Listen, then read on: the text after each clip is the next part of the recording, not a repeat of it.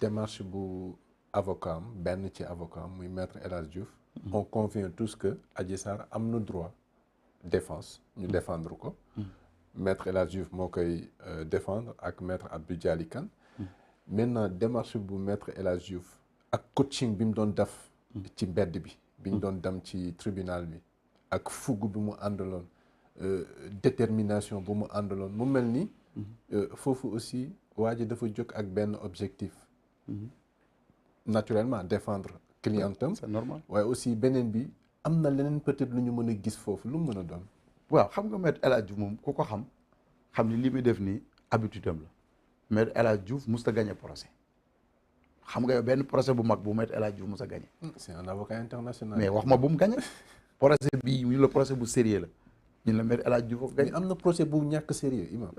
waaw maanaam procès bi sérieux wul bii nii. pourtant tuuma kii la de. non bii sérieux wul dinaa procès Hissène Habré maître El Hadj Diouf da koo ñàkk. li ci xew ñun ñëpp xam nañ ko ak yeneen i procès kon maître El Hadj Diouf show lay def show mu ngi mel ni Wally Seck rek wala Youssou Ndour mu toog di show pour nit ñi xam ni lii dossier bi ci show la nekk pourtant maître El Hadj Diouf kenn dugalu ko ci dossier bi moom moo ci dugg avocat Adji Sarr ku sérieux ki mosoo koo dégg man boo dégg guma ko mu wax bu amee lu muy wax day bind ñoom toogaat place mais El Hadj Diouf occupé na média yi ak rajo xëy na ci mission la nekk mais loolu du ci amee ndam au contraire dama gëm ni day tax Sénégalais yi gën leen a wan ginnaaw dama gëm ni show yooyu mag El Hadj Diouf di def day tax Sénégalais bi toog moom di observer gëm ni complot bi da koy gën a leeral man dama gëm ni Macky Sall buy ñàkk nguuram gi 95% yi maître El Hadj Diouf a koy liggéey ndax lan waaw parce que yii muy def gor ñi duñ ci ànd liggéeyam lay def liggéey avocat am lay def non non mën nga def sa liggéey mais boo defee acharnement Sénégalais bañ Sénégalais acharnement lay bañ boo gisee biñ ko tegee Macky ñun ñëpp a jógoon taxaw bañ waaw boo commencé di wax nit bañ xam ne da nga koo bañ na fi nit ki waratul a exister buñ ko sentiree ci sa kàddu Sénégalais yi bàyyi nañ la yow injustice la ñuy bañ de waaw Sénégalais yi bëggul loolu peuple bu mature lañ bu ñor xomm demal lépp ci équilibre rek yaa ngi dégg Sonko mi sax bu acharné woo ci nit ñi ba ko nit ñi kenn moomu leen parce que kenn joxul kenn ceeb man boog kenn yoru sama ceeb ça veut dire kon maître El Hadj Diouf Sonko lay liggéeyal pour mu falu man loolu laa gëm waaw te li ma la wax nii dinañ ci xamaat dara ak ni mu ko bañee yëpp li muy wax ci moom yaan Sonko lay liggéeyal parce que heure bu xëyee dina tudd turu Sonko Sénégalais yi xamuloon Sonko di ko gën a xam mbaa maître El Hadj Diouf bu ko déggee du dal sa kaw man daf maa man mënalu ma dara di man maître El Hadj Diouf mënu maa xoqatal man ci réew mi laa dëkk te xam naa ñi mawta toog ak man sax débat yow tamit man duma ku ma song di nga yëg ni song nga mbër de man ci réew mi laa dëkk da ngay defante de yow non man du ma yem ci defar man réew mi kenn ëppale moo fi di mon frère gumba bu la ne kaañ sànnante daa dëgg ci xeer man kenn mënu maa xoqatal man xam naa li may wax ëppoo may mbokk ci réew mi bu dem njàng avec modeste waajal naa ci sama bopp yaa ngi dégg buñ toogee di nga xam ni góor gu dëgër nga toogal de yaa ngi dégg man ci réew mi laa dëkk man du ma ko ñu xoqatal loolu moom ñemewu ko sax bu ñu waxee nag ci xam-xam mën naa ñëw toog ñu wax ci xam-xam mu wax jox ma wax jox ko yaa ngi dégg te maa ko ëpp xam-xam loolu laa gëm diine maa ko gën a xam droit bii ñu jàng sax gënu ma ko xam parce que te maa ko ëpp crédibilité avec modeste nag loolu mooy dëgg maître El Hadj Diouf amul benn crédibilité avocat international waaye waxuñu international nit mën nga nekk international ba pare loolu waxi caaxaan la xam nga li am solo mooy sa démarche sénégalais yi bañ koo seexlu sénégalais yi xam ne lii ngay def da nga koy def ngir tegu ci éthique tegu ci déontologie mais acharnement sénégalais yi d'accord uñ d'accord yaa ngi dégg say wax am ay contradiction barki dem bi mu toogee TFM déggoo mu ni moom musul wax ni Sonko def na dara moo ko wax TFM ñëpp di ko dégg xaw ma seetaan nga vidéo boobu ba mu naan ko kooku du taalibe Sonko yaa ngi dégg te moom chargé wul fii Sonko façon chargé bu nekk di wër ni Sonko violeur la tey nga xëyaat wax lii yaa ngi dégg kon day dem ci ay salon de massage ak waaw mais moom boppam kan moom salon de massage dafa am benn loi buy tere salon de massage c'est important loolu loolu journaliste yi koy wax il faut ñu respecter mais imam nag kii Ousmane Sonko moomatul boppam de yooyu waxi caaxaan la ah si imam Ousmane Sonko sénégalais la rek comme man mii man maa ngi ni moom sama bopp su ma neexee dem ci salon de massage comme moom dafa am benn loi ci réew mi buy tere dem ci salon de massage mais bi nga ko xaaree ci yow imam déedéet loolu gis-gis la xam nga ñun réew mi dañ koo teg am loi yu ñu tënk lu loi bañ la ñuy wax ak lu loi bañul yaa ngi dégg réew mi loi bañul dem ci salon de massage loolu du débat ci am réew mu sérieux kum neex dem ci salon de massage réew mi bañul sax njaaloo réew mi bañu ko lu waa réew mi bañu ko loolu l'islam moo ko bañ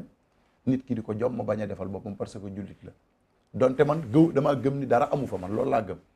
parce que wax man li ma yàgg di wax charia moo ma xamal ni dara amu fa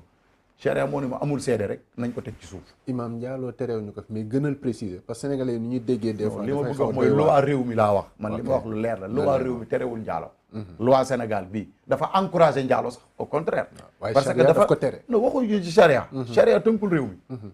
charia moom ñun ñi la engagé ñun ñi ko gëm di ci jël référence mais réew mi république laïque la loi réew mi dafa encouragé njaaloo parce que mu ngi jox jigéen ñi pour ñu jaay seen bopp di leen jox carte sanitaire yaa ngi dégg carte sanitaire kon loi réew mi lu koy encouragé njaaloo nag mënoo tere ay salon de massage comme neex nga dem salon de massage loolu du débat ci réew mu sérieux yaa moom Sonko moom boppam bu ko neexee dem ci salon de massage man sax dinaa dem ci salon de massage filmer ko wane ko ci réseaux sociaux pour ñu xam ne kenn moomul kenn comme neex maanaam réew mi nañ bàyyi nit ñi ku ne yaa moom sa bopp sa vie privée la lépp lu nit di def na ci seet digganteem ak boromam yaa ngi dégg waaye wuru cee seet ay nit man lii laa gëm vie privée moom du yoon ñu ci nit ñi di dugg ci vie privée léegi nag xam nga candidat bu dee da nga koo bëgg a ndërmeel da nga koy ndërmeel ci programme wala nga ndërmeel ko ci économie bi muy wax yaa ngi dégg waaye doo ko ndërmeel ci vie privée nit ku ne yaa moom sa bopp yaa ngi dégg viol lañ doon wax buñ jaawale débat bi fi mu nekk mooy viol répétitif lañ doon wax ak ñaari fistolet nañ dellusiwaat ci loolu te loolu képp kuy gor di jullit xam nga ni amul lii mooy wax d'accord ci yenn ci conséquence bi nga xam ne dossier boobu am dañuy yem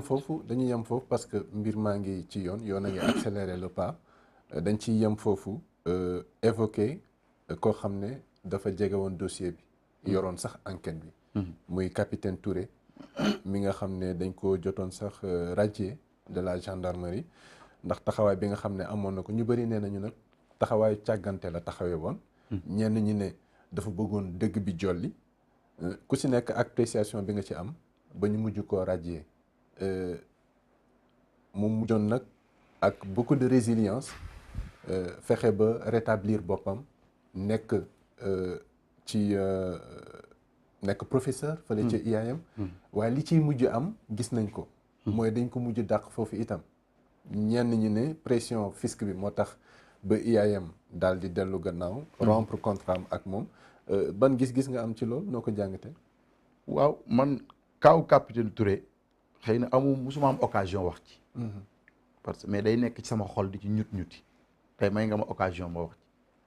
man bala may wax ci capitaine Touré sénégalais yi lay waxal je lance un appel solennel le peuple sénégalais ñu jël seen ay responsabilités ci capitaine Touré xam ni capitaine Touré amuñu droit di ko seetaan muy wéet parce que capitaine Touré ngor rek moo ko teg coono yi muy dund tey bëgg a sauver réewam kese moo ko teg coono yi muy dund tey léegi nag nit bu la taxawoo foofu yow dafa am foo ko war a taxawoo tàmbali na de yaa ngi dégg dafa yeex sax même man dama jàpp ni capitaine Touré niñ koy taxawoo nii dafa yeex bañ ko waree def dafa yàgg parce que dafa def choix bi mu def choix bu jafe la bokk ci système pression yi ni mu baree nga def sa choix ni man damay ànd ak dëgg appliqué al furqaan waaw def al furqaan capitaine Touré dañoo war a jur ay doom di ko tudde billaahi loolu laa gëm dañoo war ku jur doom tuddee ko capitaine Touré Seydina Omar la tudd Seydina Omar Touré dañ ko war di tuddee ay doom mérité na lool def ko sang bu ñuy gàmmu di ko invité di ko teg ca kaw waaw bu ñëwee ci jàkka ji ñu teg ko ci première sàppe waaw man bu ñëwoon sama jàkk première sàppe laa koy teg am nañu dem sama na ko demal ci kanam ñu julli imam waaw parce que jikko la ñuy toppee nit di mon frère jàng bi tam ci la di jàng na lim def nii ku jàngul du ko def mon frère boo ko toppoon ba ci biir alxuraan a ngi daw ci dënnam am na loo xam ne ku gëmul yàlla doo ko def ku amul tawxiid doo ko def yaa ngi dégg mooy lim def nii lu jafe la bari na kuy coow boo bokkoon ci système bi position bi capitaine Touré am doo ko am parce que pression bi yombuloon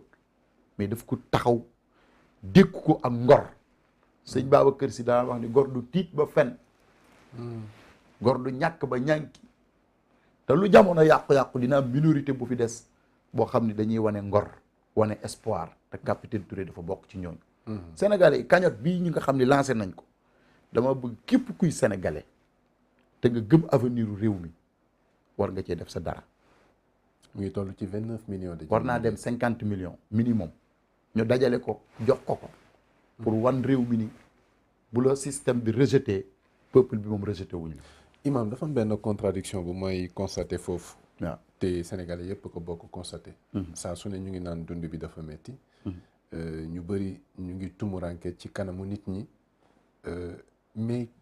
solidarité bi dans une certaine mesure dafay manqué si ñooñu. waaw fii nii waa ji jóg taxaw ñenn ñi jàpp nañ ne dafay défendre Sonko dafa doon déggante sax ak Sonko. mais ñu taxaw d'une manière prompte daal di def cotisation yi. ba atteindre en moins de 24 heures. lu toll ci 30 millions. waaw mais loolu lu am solo la moom laay du problème wala. non au contraire lii dañ koy yéex a def parce que capitaine Touré moom moo sauvé Ousmane Sonko. mais bu ñu ko jàppalee war ñu jàppale ñeneen ñoo xam ne nekk nañ si soxla. non xam nga nit ñi ba léegi comprendre ñu mënuñu jàppale ndoo ñëpp. mais dafa am ñoo xam ni dañuy wane ni valeur des na ci réew mi dañuy wane ni ngor des na ci réew mi. ñooñu ay institution lañ. xam nga li ma la wax capitaine Touré lii ñu ko defal nii dañ ko defal promotion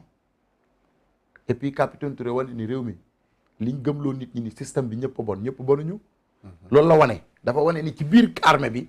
ci biir gendarmerie am na ay sénégalais yu digne yu fa nekk. te bëri nañu sax. loolu la capitaine Touré wane. moo tax man bëggu musuma gëm ni nañ généraliser ñëpp. capitaine Touré dafa wane ni am na yeneen capitaine Touré yu nekk ci biir police nekk ci biir gendarmerie nekk ci biir armée parce que nit ki ni la say waajur yaree. jikko yooyu foo dem moom ngay yóbbaale. te bu ñu naxante société boo gis ay jikko moo ko téye ay valeur arab yi dañuy wax ni innamal umamul axlaaqu ma baqiyat wa inhum zahabat axlaaquhum zahabu waykatu arab bi day wax ni askan yi seen jikko leen fa bàyyi bu fa jikko ju rafet jógee dara desatu fa. capitaine Touré dafa symboliser wane ni réew mi ay valeur des na fi moo tax ma lànk ni man liñ ma bëgg a wax loo duma ko wax li ma gis sama moral nangu ko sama éthique nangu ko loolu laay wax li ma wax mooy Adji Sarr tappalekat la kon capitaine Touré dañ ko war a protéger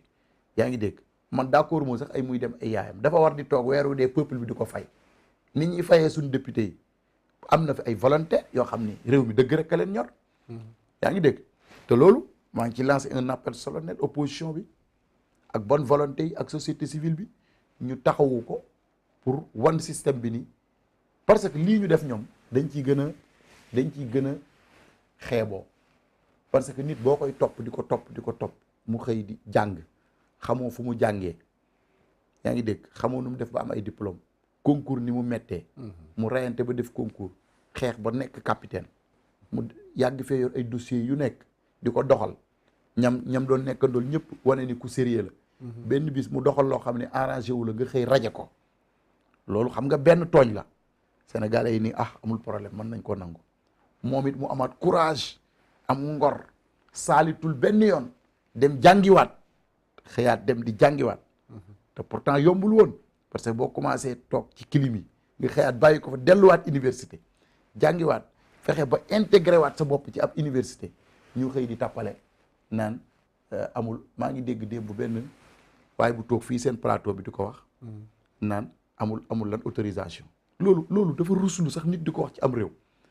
ñaata sénégalais ñoo fi amul autorisation di jàngale imam autorisation nag moom c'est impératif de pour nga mën a jàng autorisation d'enseignement maanaam capitaine Touré même bu amuloon autorisation nguur gi moo ko waroon a wuti jox ko xam nga pour wane lan pour wane ni réew mi démocratie moo fi nekk nguur gi ñoo waroon bu doon ñoom dugguñoo daanuwuñ ci piège bi leen parce que da leen a tendre piège ñu daanu ci dafa bëggoon a wan sénégalais yi nii dàq biñ ma dàq ci gendarmerie acharnement la léegi nguur gi nag par daanu ci piège u capitaine Touré nguur gi bu doon yeewu nañ te am ay conseil ñoom ñooy wutali capitaine Touré ñu koy tudde autorisation d'enseignement bàyyi ko foofu xam nga pour lan pour wane ni au moins que démocratie moom am na fi nit mën na fee nekk bañ a bokk ak ñun xalaat di wax xalaatam mais yow mënoo ni ku bokkut ak man xalaat naa la éliminer nañ la fi jëlee waratoo exister mais loolu ku yaakaar ne man nga ca yor Sénégal mooy xamoo Sénégal yi nag man jéebaa damay toog ba mu yàgg ma ni mais ñii xanaa ñoom nekkatuñ ci Sénégal gii xanaa du ñoom ñoo fi doon wut nguur gi ci 2012 kon da nga jàpp ne dañu génn ci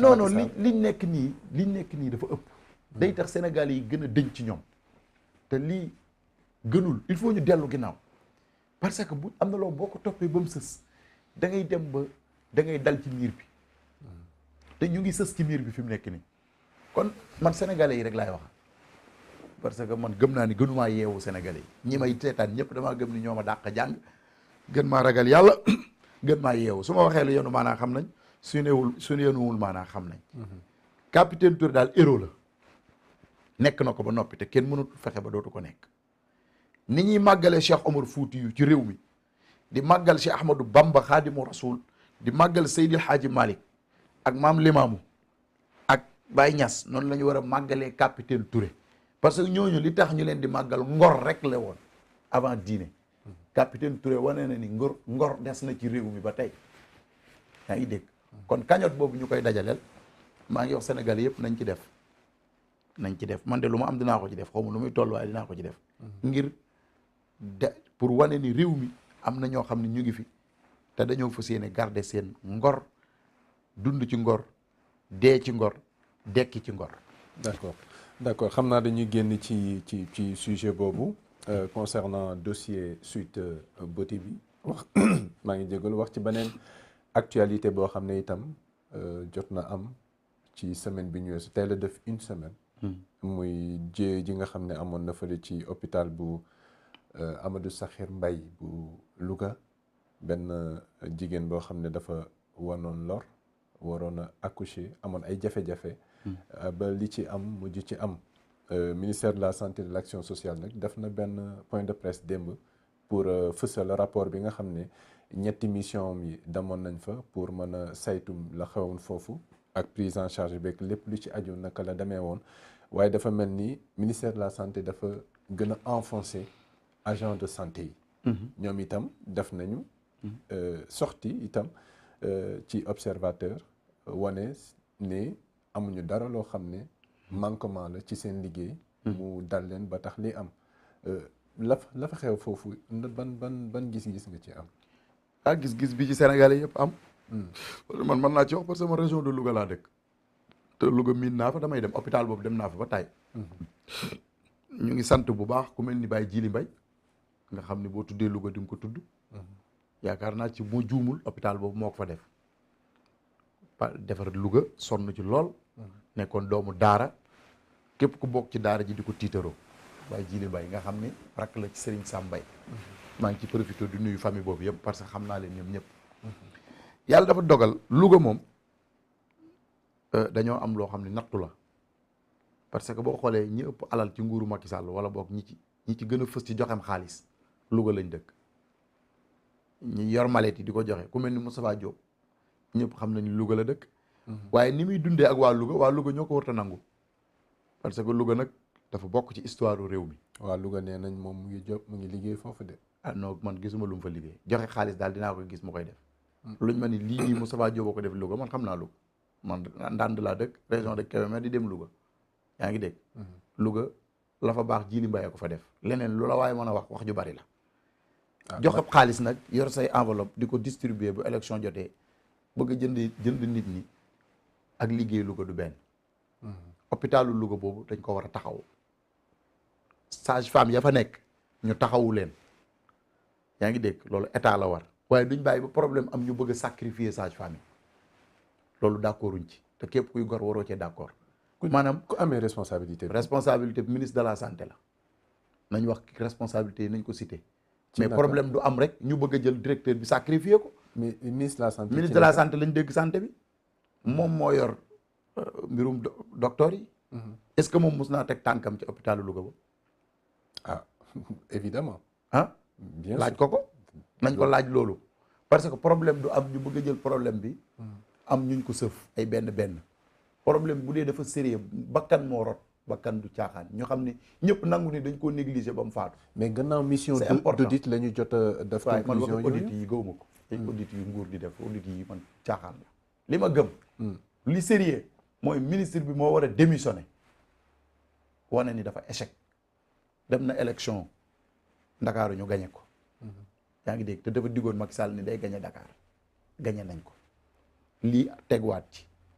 yaa ngi dégg kon buñ ko simpi sage-femme yi mooy yi ñu leen di jox doyul nañ waxante dëgg moom moo war a am courage génn ni échec naa démissionné naa nit day démissionné. yaa ngi dégg nee na dee la boo xam ne mënoon nañ ko éviter. waaw comme léegi nangu na ni dee la goo xam ne mënoon nañ ko éviter. te ci département am la xewee. buñ sacrifier directeur bi ci kim xewee premier responsable bi mooy président de la république parce que moom lañ dénk réew. président de la république jël santé bi dénk ko Abdoulaye Diop Sarr. comme ci santé bi la amee li war a am mooy taxaw ni démissionné naa bañ xam ki dee lu tax mu dee. est-ce que jéem a trouver saafara d'abord. avant démission man de mënuñu fee wax benn saafara man bu ma dégg. saafara bi may dégg mooy Abdoulaye Diop Sarr démissionné na. ah neen dañuy réhabiliter yenn hôpitaux yi de yokk renforcer kii. man yooyu moom plateau médical nañ bàyyi ba gis ko. xam nga ay wax moom fi ne xaaratuñ ci Macky Sall. Macky Sall ak nguuram xaaratuñ ci ñoom ay wax ay jëf rek la ñuy xaar ci ñoom jëf. parce que mënuñu laa jox am réew fukki at ak ñaar ñu ngi koy ngay waaj a jeexal dese fi at ak juróom benn weer. di ñu wax ay réhabilité ay hôpital loolu buñ ko defuloon ba léegi duñ ko def ñëpp nangu nañ ni suñ santé bi hôpital yi ci boppam dafa sooxe. Sénégal paj gi dafa cher ñun def nañ bitim réew Maroc gi rek boo fa demee wala nga dem Égypte réew yi nga xam waxuma Europe Maroc ak Égypte man def naa Égypte boo fa demee moom boo feebaree di nga faju fii boo feebaree boo amul xaalis da ngay faatu loolu mooy dëgg ñu jël xaalisu réew mi defuñu ci ay priorité yaa ngi dégg tey jii ñi nga xam ne tey ñenn ñi ci bari avant nguur gi amuñu woon ay kër tey ay multimilliardaires lañ gis nga dëgg du neex mais mooy dëgg réew mi ñi ko yor il faut ñu dellu si waat ñu xam liñ leen dénk lan la réew sëñ bi buñ la ko dénkee du caaxaan rawoo ci réew ma tax ñu dénk la ko gënoo leen tax ñu dénk la ko dàqoo leen a jàng yàlla moo dogal rek nga toog fa ñu amoon ci yow yaakaar googu ñu amoon ci yow nag daf ci bokk c'est le minimum sénégalais buñ feebaree mën a faju yow xam nga ni tey jii man mi sama soxna bi mu tollee ci mucc privé du ma ko yóbbu ci hôpital yi privé nga ko yóbbu ba am ci clinique yi parce que boo ko fa yóbboo doo ci am lu la neex. mais est-ce que di nga fay impôt. loolu tamit pour loolu dox ba pare nga dem bàyyi fa sa impôt parce di dem que amul benn mesure bu sévère buñ ci teg. est-ce que gis nga Abdou Khadre c'est important noonu foofu gis nga lii débat la boo xam ni dañ cee war a taxaw ak sérieux gis nga man du ma acharné wu rek ci kaw nguur gi rek di lépp nguur gi la médecins yi nga xam ne tamit dañoo waat taxaw waat jël def serment ci kanamu devant Dieu ak devant le peuple sénégalais ñooñu wax am nañ responsabilité ci li am tey médecins yooyu mu nit mënuñu di la fay salaire ngay bénéficier wu ci alalu état ba pare dem ubbi sa clinique yaa ngi dégg ku war a dem ku feebar au lieu nga orienté ko ci public bi nga fexe ba defi pexe ba mu ñëw ci privé bi loolu dil la boo xam ne moo am ci réew gën a cher yaa ngi dégg te loolu état bi moo ci war a jóg ak responsabilité képp koo xam ne gis nañ nga koy def ñu sanctionné la waaye réew bu fekkee ne amul sanction état du sanctionné lu neex waay def ku bokk sama parti kenn du la wax dara yaa ngi dégg ku jóg di wax nga acharné wu ci kawam ni daf maa contre fi ne ñun ñi ñëpp ñi wër Macky Sall dañ ko gëmloo ni ñun dañ koo contre te ñun xam nañ ni buñ noppee réew mi tàkk ci kawam moo tax ñuy wax mais contre ñu ko man du ma contre nit man contre ma Macky Sall man jëmmi Macky Sall ji rek aw ma ak moom problème buñ toogoon nii dama koy nuyu jox ko cëram mais doxalinam laa d'accordul d'accord yaa ngi dégg jëmmi Ousmane Sonko ji tamit ñoruma man du ay jëmb ñoo ma ñor du ay nit ñun ay principe lañ gëm ay cause la ñuy xeex mooy fexe ba contre pouvoir des ci réew mi fexe ba équilibre am ci réew mi kenn ku ci ne ñu bàyyi la nga doxal li nga war a doxal c'est très important man yàgg naa di ko man bokkuma ci benn parti xajuma ci parti man bu dee am na parti bu may bokk Sénégal lay doon mais li ma xalaat nag moom bu asamaan si daanuwul dinaa ko wax sama position tamit du ma ko nëbb sama position mooy nañ doxal réew mi ci dëgg justice bi kenn ku ci ne ñu jox la lan mooy sa àq justice bu am transparence bañ a def 2 poids 2 mesures fu waaye mën a féete boo defee nag su dul noonu ñu sanctionné la waaye lii daal bu ci kenn sacrifier ay agent wu docteur defuñu dara bu dee am na kenn kuñ ci war a waxal Abdoulaye Diop Sarr mi ñu dénk santé bi la moom moo war a am courage devant les Sénégalais mu rendre démission wane ni échec na d'accord am na loo wax sànq imam loo xam ne Sénégalais yi dañ ci war a bàyyi xel muy clinique yi ngay dem bàyyi hôpitaux publics yi nga xam ne c'est fait pour les Sénégalais bu ñu ni ma ko waxee bu fekkee dañu fay impôt nga contribuable ñuy jël ci contribuable di fi defar hôpitaux yi. di renforcer plateau médical beeg yooyu plateau technique beeg yooyu yëpp. mais dafa war a jariñ Sénégalais yi te accès bi dafa war a doon accès bu prioritaire pour les Sénégalais. services sociaux de base yi. hôpitaux yi daf ci bokk loolu priorité la pour que Sénégalais bi mën a nekk koo xam ne il est épanoui.